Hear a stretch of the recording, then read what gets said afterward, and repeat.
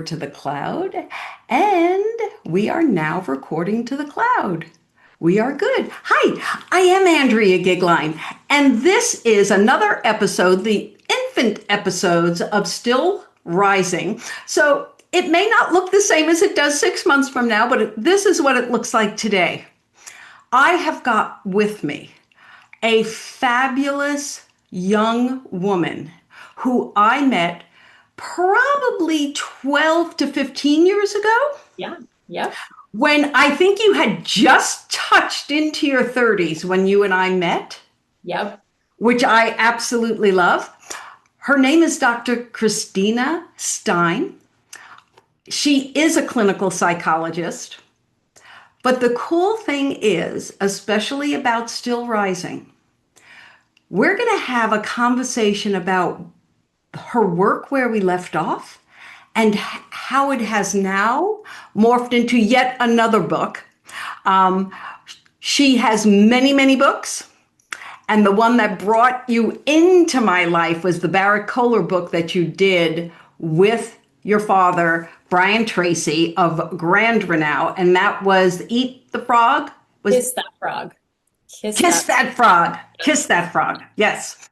And Yep. because of my association with Barrett Kohler, we kind of we got to meet. Yes. So, Christina, I told you I always like for my guests to explain to the audience, what do you want them to know about you? Thank you, Andrea. What do I want you to know about me? Well, I started my career focusing on clinical sexology and intimacy and relationships. And I was growing up with positive psychology. I was really, really passionate about intimacy and connection and like real emotional, meaningful relationships. So I pursued that and emotional intelligence, and that's what I went to school for. And then I had the pleasure, benefit, fortune of having a father who is this world-renowned motivational speaker. And he and I started doing projects together. So we wrote, we've written 4 books together now. Wow. This book, The Accomplished Woman, is my first solo book. Hmm. And, I've really come to a place now where I'm helping kind of carry the torch, I think, for my father, internationally, especially. I've Right. been speaking all over the world, which is so exciting for me. And taking sort of what he's taught for so many years, but putting like a feminine spin on it, right? Like, Okay, I've got to stop you right there because as you're talking, I am remembering. Obviously, we had the positive psychology connection. Obviously, the book came out at Barrett Kohler. And I remembered when I read that book then, Kiss the yep, Frog.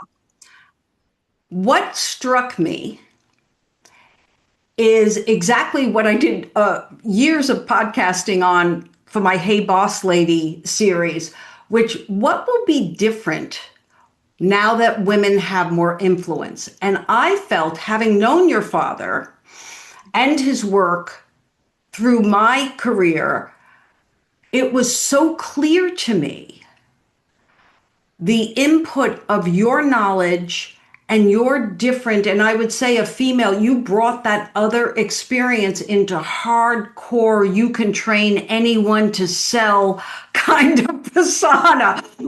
It was just perfect. And I hadn't honestly thought of that until now, but for 3 years, my co-host Christy Atwater and I explored through our Hey Boss Lady podcast just the base question, like, why is it different if women have influence? Like, stop saying how many we have to have at the table. Stop making it a statistical anything as though some magically I could fill a whole table with all females that I have nothing in common with. So that ratio doesn't work for me. yeah.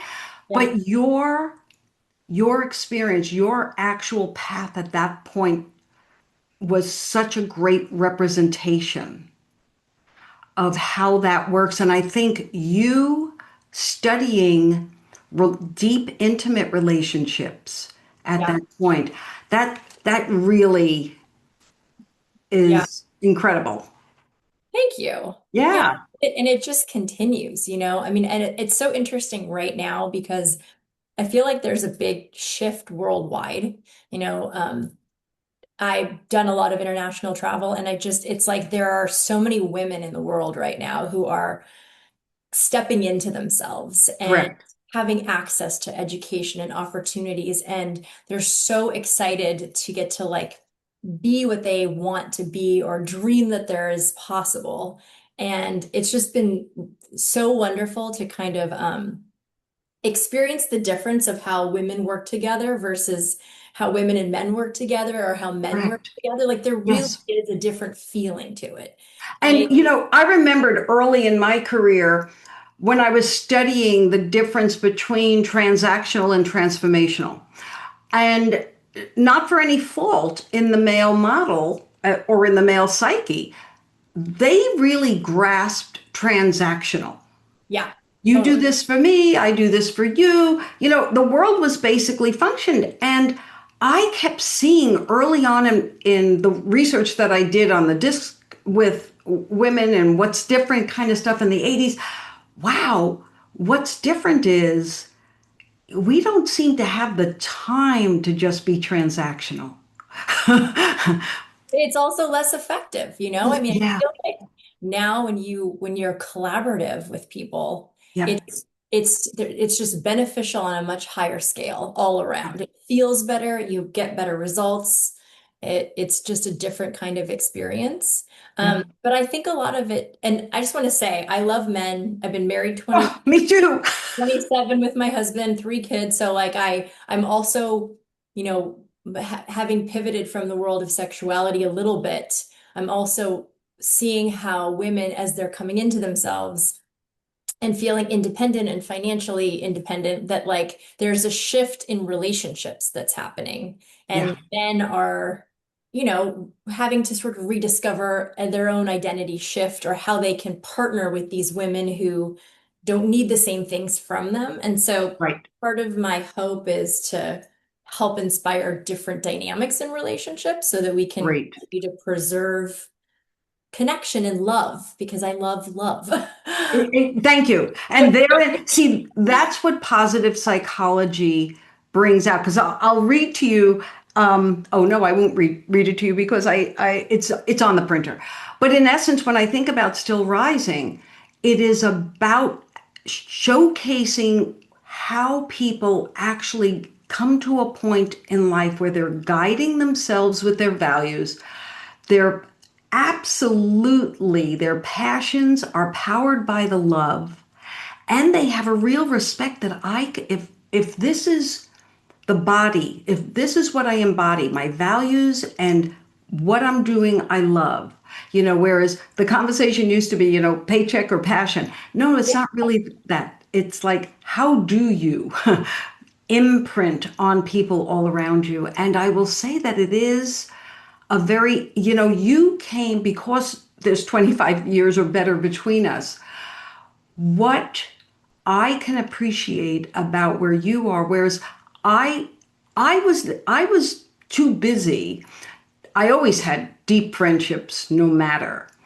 But I never did women's groups and I never did women's professional because there was a part of me, a big part of me that believed I was replicating already the model I was critical of. Like if I was isolated, why would I create isolation? And that's fine. I functioned fine in my world. But what occurred for me in the last 5 years in particular, because my husband was so much older, our social structure had to change a lot. And I am a highly social person. And I needed to develop a way that I could be absolutely speaking to the different changing images of what is a man good for. Well, I wanted to deeply respect the union that we've had, and we're a month away from 46 years. Congratulations. Thank you. And I really feel like I should be conclusive. Let me be clear. Let me be clear, but Yeah. that's another show. But what I did was consciously create community based activities and things and outreaches where I was doing it specifically for women. And I'll give you an example. So I'm on the board in Nevada Public Radio. They have a magazine called The Desert Companion. It historically had done an annual list of restaurants. I put together something known as the Table of Eight. I put together a few professional women that I knew, and we combined a mailing list of 25 names of people we like to be with. Okay. And then once a month, I send out an email to this list stating which restaurant we're going to. It's a no host. Everyone, we just split the bill. So if you're a person who doesn't like to split the bill, don't come. But what it's done is created this very, very eclectic and yet very electric group of people who are not transactional with each other. But lo and behold, their professional and personal lives blend together beautifully. And when I need help, these people are right here for me. It's that way of how do you redefine when roles changed? So I hear that's something you did in your work. Definitely. Definitely. Yeah. Yeah. Well, and just really, I guess shifting with what I'm learning about how to empower women in relationships without, yes, without devaluing the contribution of men. But Correct. it's a worldwide phenomenon, right? We know relationships are changing and people are not getting married, people are not having children. So it's exciting for these women having opportunities, and it's a shift we have to embrace for relationship dynamics. But yeah, no, I think working with my dad initially was interesting because he's such a masculine man, traditional, turning 82 next year. And Yep. so me coming from my like empathic, emotional, feminine place we were so different in our work together. Uh, but it's been really exciting to sort of take the base of his work in a lot of different ways and bring it with a feminine perspective to That's super. each. So Okay. Enough about that work. okay. Fast forward 12 years. Yes, yes, thank you. Tell us about this. Uh, Accomplished so, woman.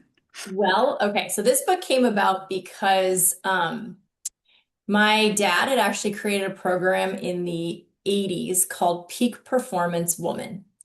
And he was like, he gave me the transcription of the program, was like, this is a great program. This is great for women. And I read it and I was like, I don't know, women don't always resonate with this peak performance thing. And I've been trying to teach him about balance and work-life balance for many years now. Mhm. What I have realized is that similar with balance, what makes me feel calm and grounded and balanced is not what makes you calm and grounded and balanced. And Right. we have to figure out what works for each of us as individuals. Hmm. And then as I was thinking about this, women achieving in work, in life, in relationships, there's so much comparison to what counts and what doesn't count. And I've watched so many incredible women who have amazing skills and capacity to have huge impact in their professions or their families or their communities,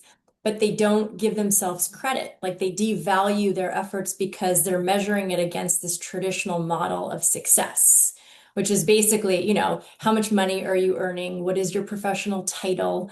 And I wanted to change that. I really set out to be like, look, everyone is an accomplished woman if she can define Hmm. it for herself. And Hmm. if there are areas where you would feel more accomplished by doing something differently, then I Hmm. wanted to acknowledge that and also guide and provide tools and practical skills to get there. Is You that know, you bring up something. I know that I had the pleasure um, when our daughter was born 40 years ago of having a few friends whose identity was very deeply invested in being a mom and not in their professional pursuits. And many of them had community pursuits, but not paid professional pursuits. And I'm going to tell you that the women who loved what they were doing in their homes and what they were creating were phenomenal. I learned so much from them. Like they had a peace and an ease of day-to-day life that I did not possess. I didn't. Um, it was really, and I think that that ability for both men and women. Like I believe there will be in your life most likely the accomplished man over the next period of time, being a grandmother of more boys than we only have one girl in the whole colony. It is really an interesting thing. It goes deeply to that belief system of, am I doing where my soul, my spirit feels the most nourished? Am I able to contribute what Yeah. I love doing the most? Totally. Yes. Whether you get a paycheck or not, Exactly. it gives you a stamp of a title or not. I mean, you could be an artist, a gardener, a mother, a speaker, I mean, Yep. whatever. But it really is amazing you have to stop and think to yourself, does this make me, do I feel like I am fully congruent in who I am? And do I Mhm. feel accomplished in what I'm doing? Not what Right. you're doing and not what you're doing, but what I'm doing. Right. Is there a story in the book that was a favorite story? Hmm. Let's see. Well, I guess I have a friend that I wrote about in the book, and I've always been really inspired by her stories and her experiences. She, as a close friend, offers bits of wisdom periodically. But so she was in advertising before she was married with children, very successful in advertising. And then she got married, and she had a child. She had a son, and she decided to stay home with her son. So she stopped working. And, for her, she'd had this very successful phase, Mhm. making lots of money, great titles, um, and just was like, no, I want to be a mom and I want to take care of the house. And I'm going to really embrace my role as mother and wife. And then, but she had all these skills. She had been in advertising and she had done copywriting and things like that. So she was a dedicated mother, but decided she wanted to get to offer and contribute her skill. So she Right. became very involved in the school and she was the PTA president. I mean, very impressive and found a way to continue to feel accomplished and applying Mhm. herself no matter Mhm. what she was doing. And when she stopped doing that, she used her skill to help kids write essays and get into college. And she didn't start taking a paycheck, but she just pivoted and Yep. always kind of stuck with her, being wanting to be a dedicated mother. So I just find that really impressive. Yes, and you've kind of encapsulated what it means to still rise, that no matter where you are, you're bringing those loves and passions and talents. Yeah. I know that as you were speaking, though, one of the things that has always hummed in my ear about the male female roles in our particular society is there are days I wish men had the flexibility that women have had to actually make those choices. Yes, for sure. And therein lies, I don't know what that would ever look like because I know what it looks like one or the other, but it gets really mushy. And I think women end up doing three times the amount of work even when they're working, and men do not get valued at the level to which they contribute when in fact they are the person who orchestrates the participation in the community and the family. And it would be interesting to see that evolve in a way. I'm not a real fan of equity so much as I am you really bringing out the best. And when you come together, it looks one way in some areas and this way in other areas, but it's this negotiation between the partnerships. Oh, yes. Yeah. And it's always a negotiation within the partnerships. I like to think of it as like it always has to be an equitable exchange, Yeah, right? yeah, Like you have yeah. to put in what you're getting out, and it's not the same, and it really can't be the same, right? Because No, whatever we're bringing our own unique abilities and skills and what we can contribute, but as long as people feel like they're getting out what they're putting in, yes, I think relationships feel happy and satisfying. I think it's yeah, when one person is putting in more than they're getting out, yeah. that becomes a challenge. And It's so interesting. Like, I know how to cook really well, but I couldn't care less if I would prefer to be served. And our daughter is a magnificent cook. uh, I absolutely love cleaning up behind her. Like, I'll be the sous chef, I'll be the cleaner.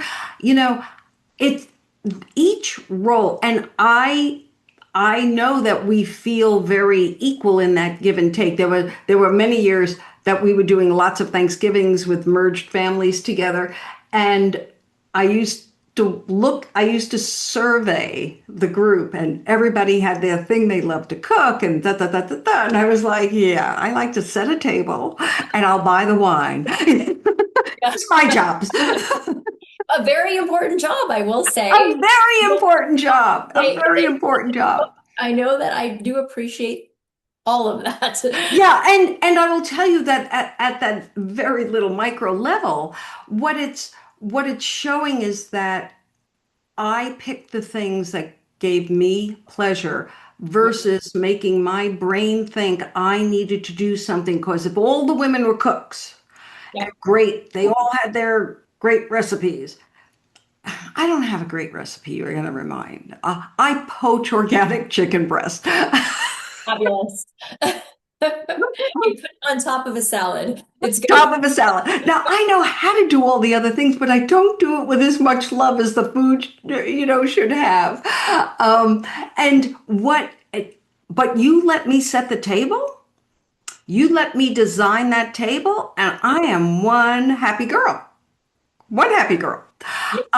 And so it's the ability to feel that you've contributed. And I think that word accomplish, correct me on this if I am reading it wrong.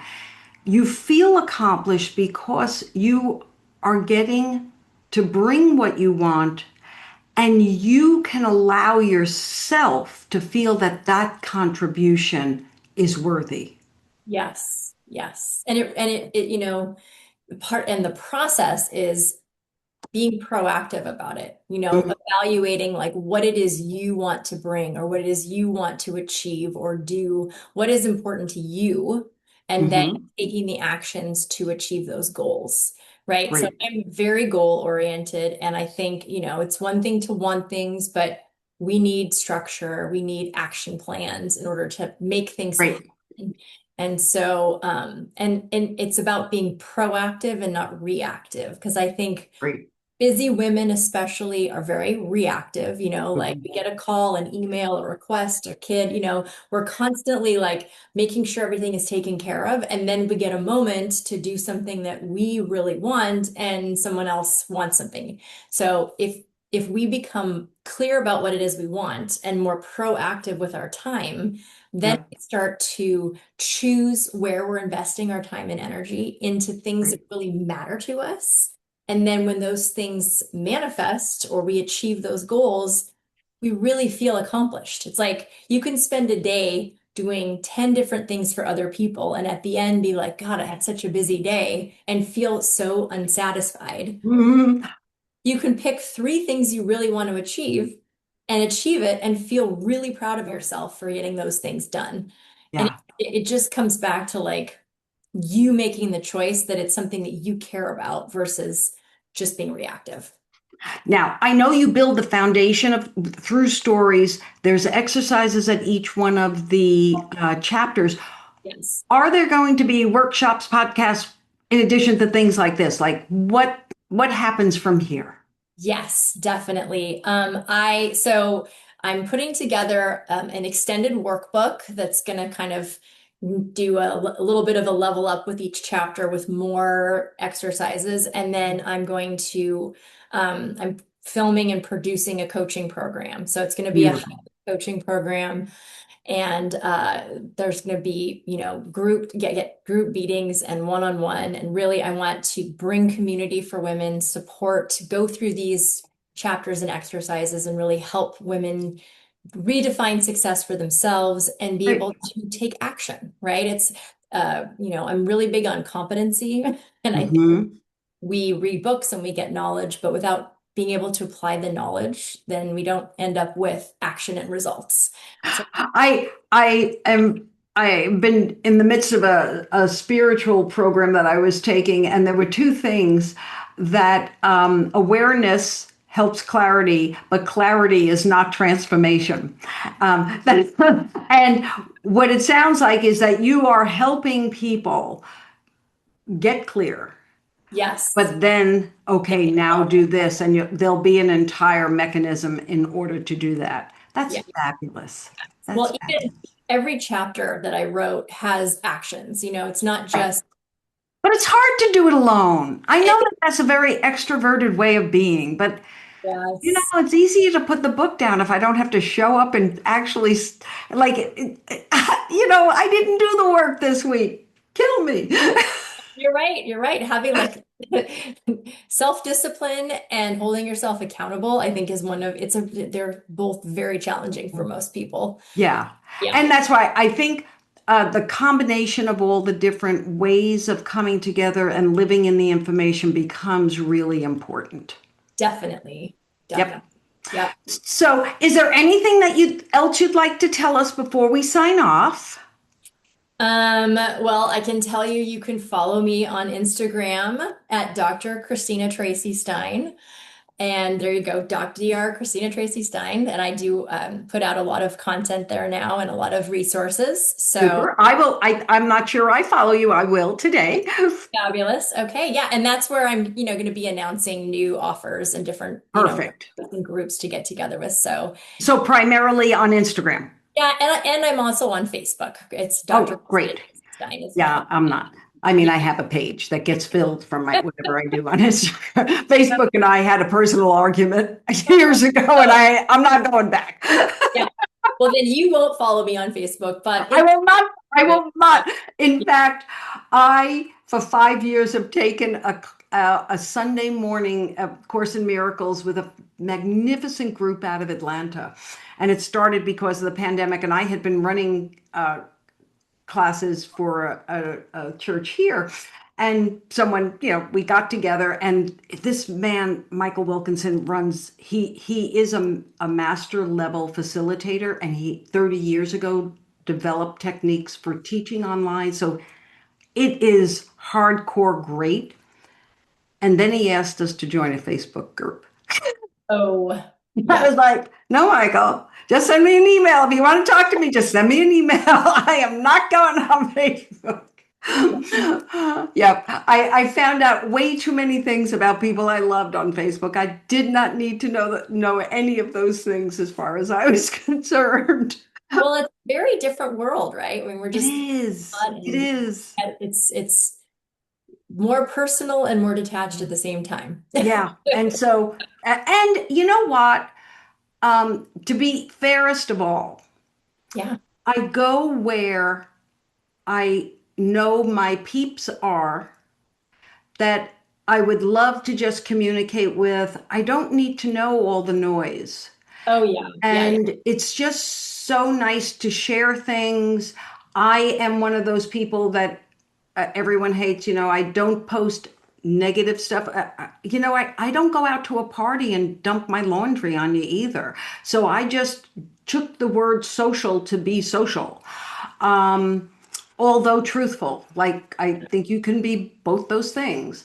So being able to narrow down where I spend my time online so that I get to engage with the people I want to engage with the most.